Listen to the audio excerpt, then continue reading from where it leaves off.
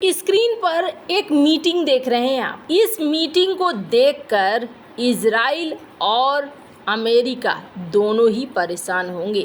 जानेंगे क्या है मामला।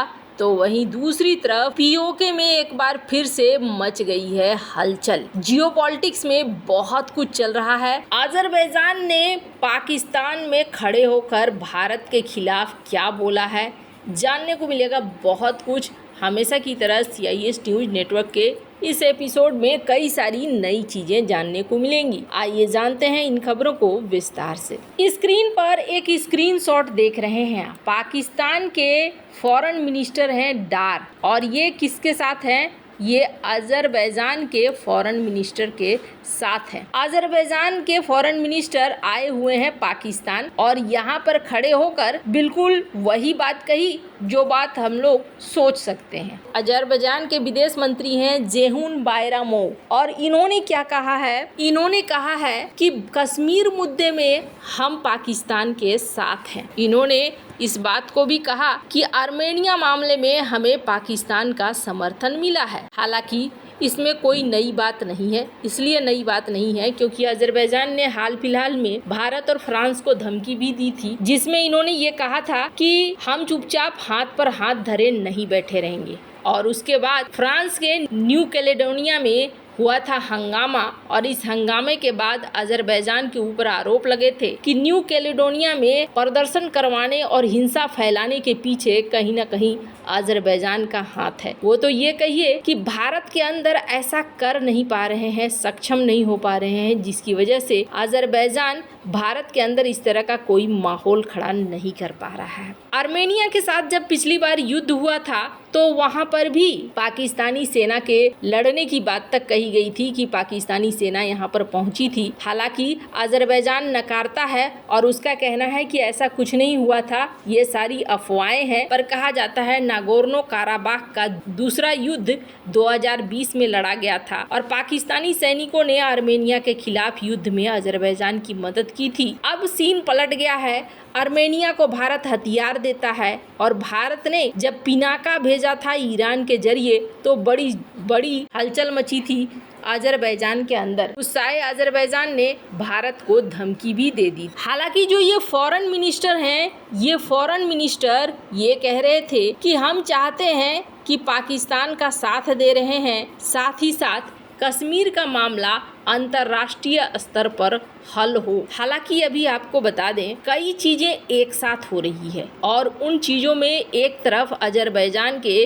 विदेश मंत्री का ये बयान आता है, तो वहीं दूसरी तरफ एक चीज और हो रही है, और वो ये कि स्क्रीन पर आप देख सकते हैं चाइना ने अरब देशों को न्योता दिया है और अरब देशों को बुलाया। अरब देशों में करीब UAE, बहरीन, इजिप्ट, ये सारे देश यहाँ पहुँच गए हैं। अब यहाँ पहुँचने के बाद इन्होंने इस तरीके के गिफ्ट भी दिए हैं। स्क्रीन पर आप देख सकते हैं, इसमें कई सारे झंडे लगे हुए हैं, और इस झंडे में फिलिस्तीन का भी झंडा है। यहाँ पर शी जिनपिंग ने जब अपना भाषण शुरू किया तो शी जिनपिंग ने पहली चीज ये शुरू की कि राफा में जो चल रहा है इजराइल का ताजा हमला, उसको लेकर बात शुरू किया। राफा में इजराइल के ताजा हमले के बाद वैसे ही दुनिया भर में इजराइल हमास का युद्ध एक बार फिर से चर्चा में है, और इसी बीच चीन के राष्ट्रपति शी जिनपिंग ने गाजा के मदद के लिए 500 मिलियन युआन यानी कि $69 मिलियन देने की घोषणा की है। और घोषणा कहाँ हो रही थी? राष्ट्रपति शी जिनपिंग ने गुरुवार को बीजिंग में अरब देशों के नेताओं के साथ शिखर सम्मेलन की शुरुआत की, और यहाँ पर भाषण देते हुए उन्होंने कहा कि पिछले अक्टूबर से फिलिस्तीन इजराइल का संघर्ष बढ़ गया है, जिससे लोगों को बहुत दिक्कतों का सामना करना पड़ रहा है। युद्ध अनिश्चित काल तक जारी नहीं रहना चाहिए। इसी दौरान शी जिनपिंग ने गाजा की मदद के लिए 500 मिलियन युआन यानी कि $69 मिलियन देने का वादा किया। साथ ही साथ UN की एक एजेंसी को $3 मिलियन का दान देने का भी वादा किया, जो इजराइल हमास युद्ध के शरणार्थियों की मदद करता है। साथ ही चीन ने 2 स्टेट सॉल्यूशन को भी समर्थन देते हुए दोहराया। अब यहाँ पर कहा जा रहा है कि अरब देशों के साथ मिलकर मुखिया बनना चाहता है चाइना। कुछ लोग ये मानते हैं कि कुछ बड़ा पक रहा है चाइना के दिमाग में। चाइना अरब देशों को साथ लेकर सबसे संवेदनशील मुद्दा फलस्तीन और इजराइल के बीच उलझना चाहता है। यहाँ हो सकता है अरब देशों को सपोर्ट देने की बात कह दे ताकि इजराइल के ऊपर शिकंजा कसा जा सके।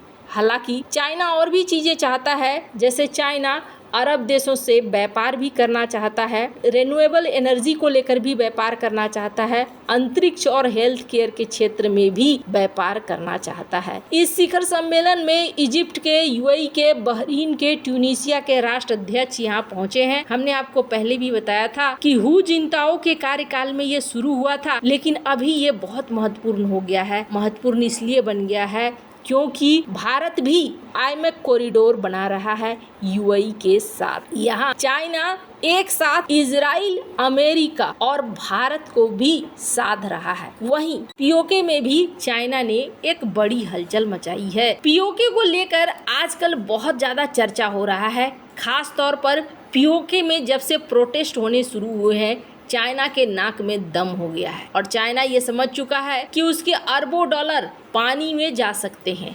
अरबों डॉलर को यूं ही पानी में जाने तो नहीं देगा चाइना। ये बात भारत भी बहुत अच्छे से जानता है। पीओके को लेकर भारतीय गृह मंत्री का बयान और फिर भारतीय विदेश मंत्री का बयान, इसको हल्के में नहीं ले रहा है चाइना। भारतीय गृह मंत्री का बयान, उसके बाद रक्षा मंत्री का बयान, इन सब के बाद पीओके में अब जल्दबाजी शुरू कर दी है चाइना ने यहाँ सैन्य गतिविधियों को शुरू कर दिया है। अब यहाँ कहा जा रहा है कि चाइना स्टील हेड के बंकरों का निर्माण कर रहा है, साथ ही ड्रोन क्षमताओं को भी बढ़ा रहा है। चीन इस इलाके में पाकिस्तान को बड़ी सहायता दे रहा है। एलओसी के आसपास के क्षेत्र में एनक्रिप्टेड संचार टावरों की स्थापना करना, भूमिगत फाइबर केबल बिछाने का काम चल रहा है। इसके अलावा चीनी रडार सिस्टम JY और SGR को भी यहाँ तैनात किया गया है। इनकी मदद से पाकिस्तानी सेना और वायु रक्षा इकाइयों को जरूरी खुफिया मदद मिल सकेगी। कहा जा रहा है कि एलओसी पर चीनी 155 mm ट्रक माउंटेड होवित्जर तोप की भी तैनाती देखी जा रही है कई जगहों पर। चीनी सैनिक पीओके में सुरंग बना रहे हैं, ऐसा भी कहा जा रहा है। कहा जा रहा है कि चीनी सैनिक और इंजीनियरों की संख्या देखी जा रही है एलओसी में, और ये सब कुछ चाइना अपने अरबों डॉलर को बचाने के लिए कर रहा है। यानी कि पीओके में अगर भारत किसी तरह का एक्शन करता है तो फिर यहाँ पर चाइना का भी एक्शन होगा। लेकिन सवाल ये उठता है, अगर पीओके के अंदर वहाँ के आम नागरिक अगर विरोध करते हैं तो चाइना का रवैया क्या होगा? वैसे आपको क्या लगता है? इन सब मामले में आपकी क्या राय है? कमेंट कर जरूर बताएं। जल्द मिलते हैं अगले वीडियो में नई खबर के साथ।